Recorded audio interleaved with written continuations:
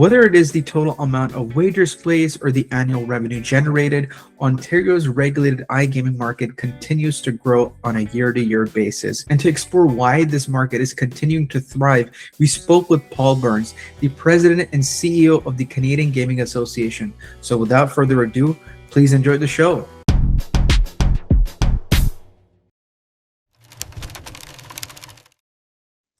So, Paul, as you know, on an annual basis, we do this and we always begin with a few fun questions. So, I have two lined up for you this year. Can't wait. Yeah, the first one is your family was in the coal business, if I'm not mistaken. Wow, you've So, done some research. how Yes. did being around that environment shape your professional career? And when did the coal business actually start? So the coal business started in Toronto in around the 1830s. I never saw the coal business by the Okay. time I came around. With my father was sort of the last generation to, even as a kid, it started to spear because, but my great great grandfather Patrick Burns came from Ireland in the early 1830s, and when he got here, he created a coal and wood delivery business to homes in Toronto. And he had 5 or 6 yards around the city, and it was mostly delivered on horse originally. The business was around for well over 100 years, but it was sort of saw its end in the 50s and 40s after the war, really after the Second World War. Homes had started to obviously move to oil, and I guess they didn't think that, I don't know whether oil was a passing fad. I'm not too sure about how it went down at that point in time as the generations progressed. I know that my grandfather was involved in the business, but a lot of his brothers weren't. Two of them were in the military, and so it was, and two of them were nuns, I think, if I remember correctly. So it was a time when it kind of just started to, that business really didn't evolve. So my family connection to Toronto is now, it's goes back that long, and we had. If they just held on to the real estate, it would have been great. Can you imagine, like, that is such an interesting side of your family that no one, I hope people know this about you, that you have such, You did some research, man. I tell but you, that's so interesting. No one else has brought that up. I swear, my last fun question for this segment will be, last year you attended the Calgary Stampede. So what was that like? What was that experience like? And have you attended the Stampede before? I hadn't attended the Stampede in well over 20 years, but it is an amazing event only because of what it does. It brings the city of Calgary together, and they open their city to the world and the country, and from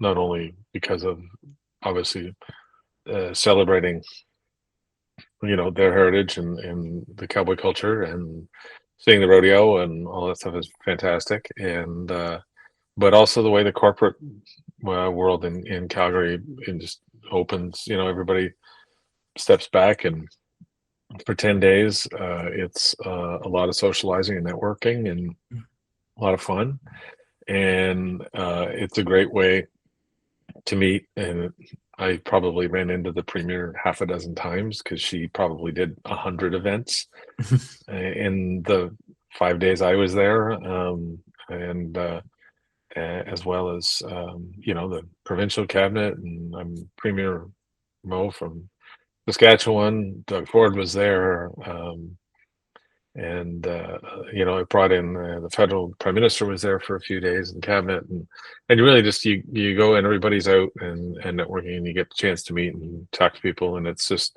it's a great event for that, and being able to connect with folks across the country, and it's in a positive. It's a great environment for people wanting to do network and do business and connect. And I loved it. It was I had forgotten how good it was. I was last there when I was a political staff member. Oh, Um, back in that I remember was, and that was the last time I was there, and that was a busy time I remember because it's an endless parade of events for from barbecues and receptions and getting to see the chuck wagon races, which is an experience everybody should have in person because it's so much fun, and let alone everything else. And Calgary is, it's a Stampede area because the new stadium for the Flames is being built. They're adding hotels, brand new convention center. It's a great facility, great area, and so it's a lot of fun. now going into the topic of discussion, we're here to talk about Ontario's iGaming market turning 4, and we always do this on an annual basis. So just a market checkup, what it looks like. My first question would be that the market ended on such a high note in December with millions and billions kind of wagered, and I read that it had like some 4 billion in annual revenue. So what do these numbers tell you about maturity and about sustainability within Ontario's regulated market? Well, I think everybody can see that it's I think some people are surprised at that there's still the number of operators in the marketplace and the volume of business continues to grow. And I think um, part of it is let's realize what the customer is finding what they're looking for. And I think that's a testament to operators in the marketplace who continue to innovate, continue to offer new product, continue to deliver on customer service and improve the way they do their service to customer. And I think that's really what we've seen in the fact that it is a competitive marketplace. And the competition brings out the best in everybody, and that's showing. And I think that's the encouraging part, and that innovation is, I think, going to continue to see it grow, and that commitment. No one is resting on their laurels and sitting back and saying, "Oh yeah, we're good." No, everybody's leaning in and working hard, and I think that's a testament. And the customer is still they're finding obviously there's been growth in accounts in a modest way, but people are still finding that there's good entertainment value in what they're seeing, and they enjoy the products they're getting. And I think that's really what is a testament to the operators and the fact that they're embracing the model and what's there and leaning in and continuing to innovate. Yeah, and speaking of that embrace, I was just looking at in a report online, and it mentioned that out of the how wagers happen, the most biggest market is the online casino now. So what does that say about the Canadian player behavior? And do you see this balance going even further, like this increase in total wagers being completely online? Yeah, I know. I think listen. I think there's still a little bit of something for everybody in the gaming marketplace in Canada from the retail side of in-person gambling and casinos, and there's lots of great ones across the country, and we still continue to need to make sure that there's that the regulatory framework and the policies, encourage the land-based business to offer their products both to their customer and both and online and in person, and create that omni-channel experience for the customer if they want that. I think that's really important not to lose sight of that, and for governments to make sure that happens. Um, because that's also it's that mix, and people are loyal to companies. There's lots of reward programs, and they like that, and being able to you know integrate those reward programs in the online spaces could be very important. I think in land-based success that they can offer the experience, because ultimately people, while they may love the online experience of playing table games or even the live dealer program, I think people do crave the social experience too, and being able to still be able to be relevant in that marketplace is going to be really important for the industry. And it's still a huge part of the business, and I don't and all demographic groups would, at some time would spend some time in a casino, like the social experience. I think that's important to make sure that that has a strong place in our business. That the digital growth is kind of is reflective of society in a lot of ways, of where the digital economy has has disrupted a lot of industries, and forced change. But we all have to remember it's about the customer, and the customer Mhm. is driving this, and they like what they're seeing, and they want that information and being able to, um, I still, and there's a lot of people believe that that connection to an in-person social experience is going to be really important. And I believe it will be.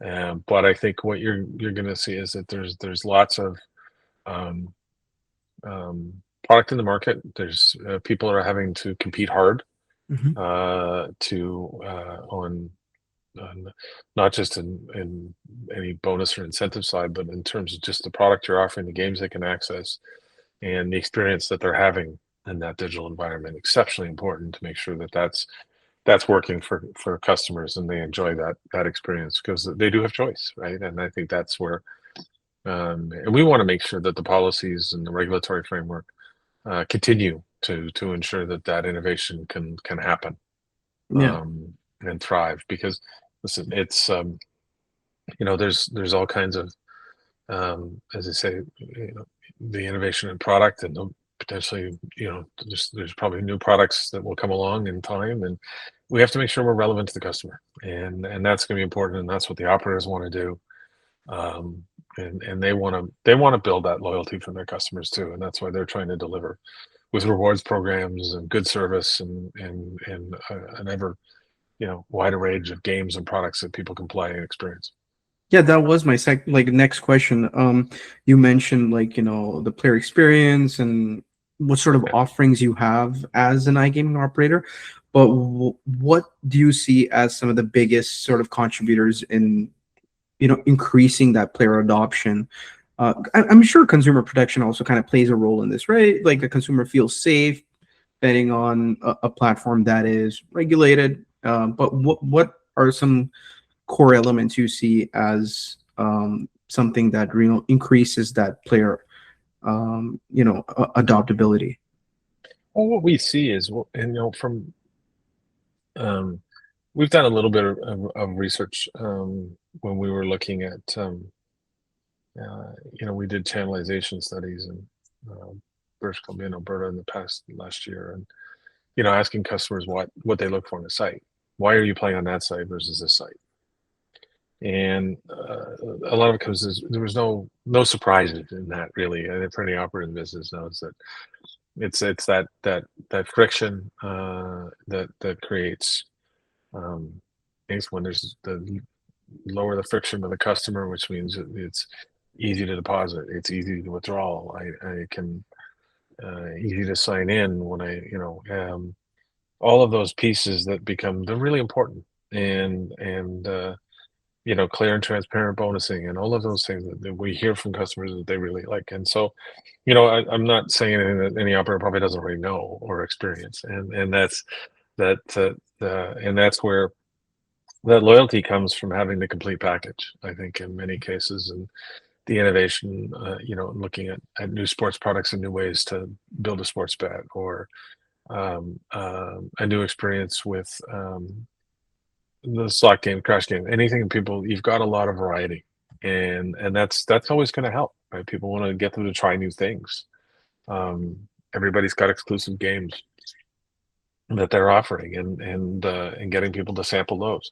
I think it's I think that the nature of it being competitive, um, has been one of, and highly competitive because of the number of operators in the market, has been a testament, I think, to the fact that why it still continues to grow, and there still continues to be new entrants, Yeah. and I think that's and now with Alberta coming on as a very very similar market in terms of its regulatory framework and advertising rules and such, it only leads to more operators wanting to look at the Canadian marketplace, because now you have two markets that represent close to 20 million people in the country, and Alberta is an exceptionally good gaming market. And Mhm. so I think from that perspective, um, we're gonna continue to attract attention. And just going on that thought of Alberta, this has been such a hot topic whenever you think about iGaming in Canada. So Alberta is preparing to launch its, regulated gaming market. What lessons from Ontario do you think will be the most valuable, and what are you really excited to see when Alberta rolls out? Well, there's been and I give the team at Alberta iGaming and the AGLC a lot of credit for a lot of work they've done, especially in the last few months. They obviously had spent time with their counterparts in Ontario to learn and understand, and they've had great, good dialogue with the industry and continue to. Um, and that's I think one of the successes that came out of this is the fact that there's very an openness in the dialogue that continues in Ontario, even though we're 4 years on, and continues to be an exceptional part of the relationship, and the fact Alberta's embraced that. Because that feedback is good, and making sure that everything remains, that the rules remain relevant and effective, and where there's concerns are addressed, and where there are issues to address, everybody comes to the table together. And so those are important attributes on a go forward basis. But listen, the Alberta, the demographics of the province are very different. They have lower taxes. They have a younger demographic in Alberta. It continues to be a growing province, especially from inward migration in Canada. And I think that there's that shows up in their current gaming market even before this. And so I think that knowing that there's the regulated marketplace and with the consumer protections that come with that's exceptionally important. And I think that's going to grow an increasing part of the conversation of why those that the fact is that minors don't get access to Ontario regulated sites. They will not get access in Alberta. And that there's a wider range of customer choice available in that marketplace that helps people play within the regulated regime with the protections that we want. Because I think there's Ontario found a strong balance that allows companies to compete and offer a diverse wide range of products, because every product's regulated, unlike many US states where it's just sports. And so that's one that's made it something that there is a wide range of products available. Two, you really, that there is that level of consumer protection with player monitored for risk and by operators of other players, to no bonusing incentive in mass market advertising. As I guess played a keen role in making sure that operators are pitching customers on service and product, and I think that's really important. And I think that's kind of define the market. And I think that's a healthy market in many ways. For that, it's not built on encouraging people to spend beyond their means to open accounts and get $500 bonuses or $1,000 bonuses, as you see in some of the ads in the United States. And I think that's been I think it's an important attribute. And I think that and then the soon to be launched self-exclusion program in Ontario, and Alberta will be launching from day one with their universal self-exclusion, again providing a strong network and base of consumer protection. So we found a balance. And and not to say that it's there's things that people will want to work on and improve over time. Yeah, I'm sure there will be, but that's where that the industry and our regulators and agencies, I go in Alberta iGaming, we have dialogue with, and in making sure that it's going to work for everybody, and that there is effective consumer protection, and there is room for competition and growth. And so I think we found that balance. And it's been a good 4 years in Ontario. I think a lot of people have been surprised at the continued growth, but I think that you look at in the digital environment, the people have embraced the products being offered, and I think that's just a testament to the operators and their willingness to continue to innovate. I love that. I love the way you put it as well, that there's such a great emphasis on service and product. And that's what it really comes down to, right? My last question, Paul, would be that Yeah. as Ontario enters its fifth year, what are you excited about the most?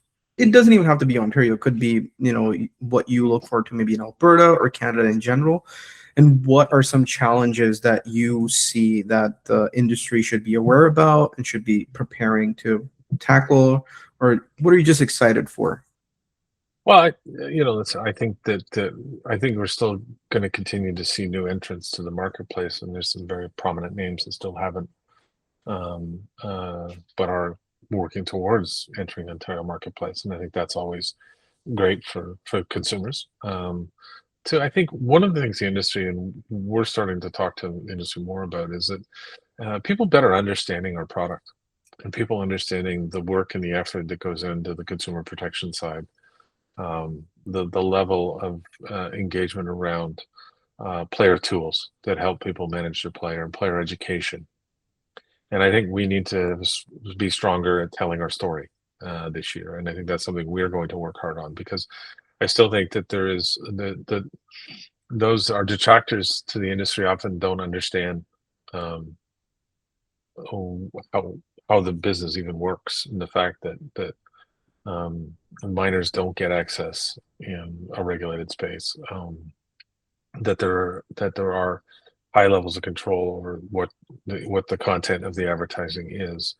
That there is the level of player protection built into monitoring player for risk, um, and the interventions that are required if people do step out of their risk profiles. Um, I think all of these things, there is a strong level of protection, and you can't just say, well, let's get rid of advertising, there won't be problem gambling. That's really naive. The reality is Canadians have had unrestricted access to online gaming for 25 plus years. It's been here. Um, the digital environment has continued to grow, and COVID saw it escalate quite substantially in that period, because people, when they were cut off from uh, the in-person experience, found other ways to do everything from shopping to entertainment to their gambling. And so, we've seen that understanding how to use a product and the public education is part of the equation that needs to be done. And industry needs to make sure that we're telling what we're doing, because we're doing a lot. And the regulatory regime that was built is one of the best in the world. And Alberta's, doubling down on that and saying, no, we agree, and we're going to take the um, same regulatory framework as in Ontario. And I think that's only going to, I think it's going to be good for players, it's going to be good for governments, and the level of player protection and that seamlessness of it will be exceptionally important. So I think we have to do a better job as an industry to tell our story, and we're going to try and get everybody to do that. We've got some things we've been asking for. We want to hear what the work, because there's a lot of companies investing a lot of time, money, and effort into programs and tools and other things, and we want to make sure that people understand we're there. We're not. We know that people have control issues with our product. We're not in denial at all. We lean in very, very, very hard. And the fact is, the industry in Canada has done that from the very beginning. We've been doing that since the 90s, and we continue to, and won't stop. And so we just have to be better at telling our story, and we're going to do that this year. And I think if there's someone who is exceptional at telling that story, I think it will be you. So Mm. I wish you the best with that, because that must be such an important part of your job as well, to make sure people understand that there is, as we're talking about, we're 4 years in. You just mentioned that there's no shortage of growth happening. The market is doing so well. You have another market opening up. So what a perfect time to tell that story. Well, exactly. And it also helps those jurisdictions that are starting to look at maybe what should we do, and learning from those experiences exceptionally important. There's lots of places from around the world that you can learn from. As Finland is embarking on their own, their own regulated marketplace after being basically a state-run monopoly for years. Um, they took their time in looking at this, and we've encouraged governments. It's like, yeah, step back and take a look at your gaming industry in your jurisdiction. Understand how you're going to, first and foremost, decide what are your priorities around that marketplace. And Ontario was clear. They said, we want to create a better consumer protection. We want to protect consumer choice, and we want to make sure that we get some economic benefits to our province. Yeah. And so that was clear, and they've done that. And I think they've checked all the boxes. And we've said to other governments, you need to do the same. Alberta led with consumer protection. They wanted to make sure that there's a universal self-exclusion system from day one, that they want, to make sure that there's programs and information for players out there before the market opens. There's lots of good things that are happening, but they've also seen that they're finding priorities and delivering on those. And that's what we encourage governments to do. As you work to do this, there's a model that's right for every province. That's how it's been built in this country. We don't think the federal government has a place in regulation oversight of gaming any more than the criminal code, which they have. But we think the provinces are the right place, and we'll work with all of them to make sure that they come up with the best model that works for their jurisdiction. Love it. Paul, I want to thank you so much once again. Whenever I reach out to you, you're so kind. You're just like, yes, let's just figure out a time and we'll get going. So thank you again. To learn from an expert such as yourself, I always say it is such a pleasure. And I hope whoever listens to this podcast can also understand that, there's so much work that goes behind the scenes whenever you read about, market growth. There's numbers there, but also there's so much lobbying. There's so much building of frameworks and ideas that are being executed right now. You're seeing Ontario's market, which already has been executed. So thank you so much again, Paul. It is such a pleasure to speak with you. Hopefully, I will bug you around this summer once again when Alberta goes live. So I'm just going to put it out there right now. So thank you once more. No, listen, thanks for having me. I appreciate your research, and you found my family history, which I find that one hasn't come up in a while. So thank you for that. And we'll talk soon. Thank you. Be well. We want to thank Paul Burns for joining us today and providing his expertise and also telling us why Ontario continues to thrive and also give us updates about Alberta's upcoming iGaming market. If you have any questions for us or Paul, please do comment them down below. Please don't forget to like and share this episode and also subscribe to our YouTube channel. For the episode transcript, please visit ParamountCommerce.com. I'm your host, Varad Mehta, and until next time, keep gaming.